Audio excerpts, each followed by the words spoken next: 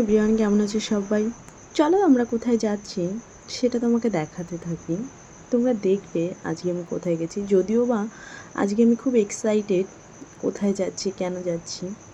আসলে কি জানো তো, জীবনের অনেক কিছুই পাওয়াটা ঠিক ভাগ্যের উপর ছেড়ে দিতে হয়। তবে একটা জিনিস দেখো, আমি যেখানে যাচ্ছি সেটা তোমাদের ভিডিওতে দেখতেই পাবে।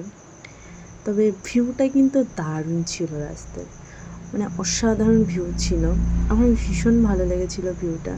আর সারা মাঠ, একটা সময় সর্ষে ক্ষেতের খুব ট্রেন্ডিং চলে, ঠিক এখন দেখো সারা মাঠটা মানে সবুজ ছিটিয়ে রয়েছে। কেউ হয়তো সবুজ স্প্রে করেছে এমনটা। তো এই যে রসুল্লাপুর থেকে আমাদের ভিডিওটা কারা কারা দেখো, তো অবশ্যই আমাদের কমেন্ট করে বলবেন। আর এটা হচ্ছে রসুল্লাপুর বাজার, যেখানটায় আমরা আর কি যাচ্ছিলাম, সেখানটায় রসুল্লাপুর বাজার বাঁধে। তো যাওয়ার পথে অনেক জিনিস দেখা হয়। একটা নার্সারি দেখেছিলাম, প্লাস অনেক কিছুই মুভমেন্টে পড়ে, বাট কিছু কিছু ক্ষেত্রে মুভমেন্টগুলো ক্যাপচার করা হয় না। এই যে আমাদের এইখানটায় ভালো করে কেউ যদি একটু ভিডিওটা দেখো, নজর দিয়ে দেখবে, ভ্যাসালে মাছ ধরা দেখেছো কেউ কখনো? এই যে আমাদের কেন্দ্র বাহিনী, ইন্দ্রা আছেন বলে আমরা হয়তো আজকে সুরক্ষিত আছি।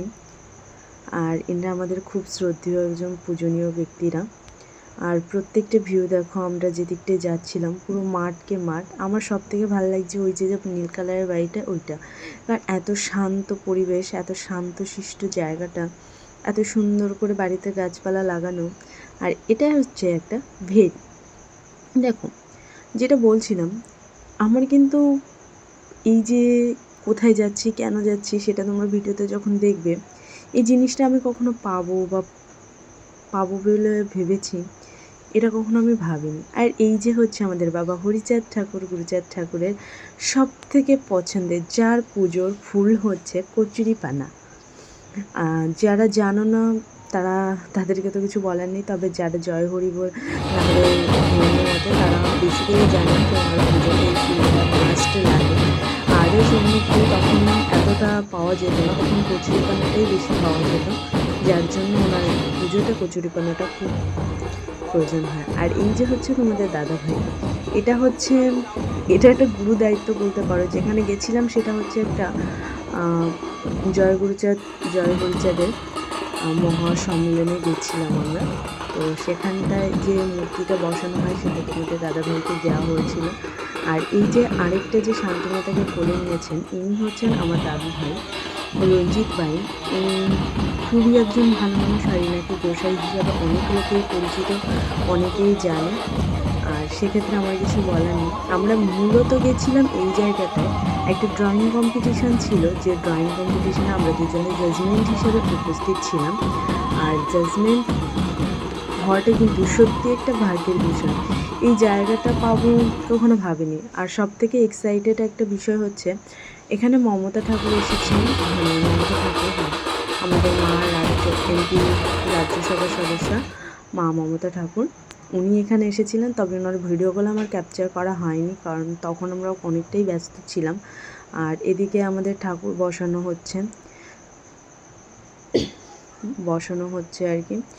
আর সবাই তো জানোই যে ডাংখার বাজনাটা কতটা ভীষণ ভালো লাগে। আর এই যে হচ্ছে আমাদের খুদে ড্রয়িং কম্পিটিটার, যারা কম্পিটিশানে যোগদান দিচ্ছেন, তো তাদের কম্পিটিশানে বসানো হয়েছে। এবার আমাদের কম্পিটিশান চলছিল, পাশেই চলছিল এই যে মালাগাথা। ওই যে যিনি হাতে ছোটা কাটছিলেন, উনি হচ্ছেন আমার একটা যা। আর বেসিক্যালি ওনাদের, বিশেষ করে উনি আমাদের আত্মীয়।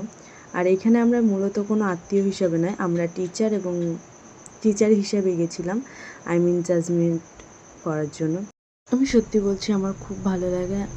আমার বর আমাকে এই জায়গাটা করে দিয়েছে, ওকে আমি অসংখ্য ধন্যবাদ জানাবো এই বিষয়গুলো। তারপর আমরা চলে গেছিলাম একটা অনুষ্ঠানে। আর অনুষ্ঠানটা ছিল শ্রী নিত্যানন্দ সেবাশ্রমে, যেটা আর কি হরিচাঁদ গুরুচাঁদ ঠাকুরের। তো সবাই ভালো থাকবে, সুস্থ থাকবে। নেক্সট ভিডিওতে তোমাদের আবার দেখা হবে। টাটা, আজকের মতন।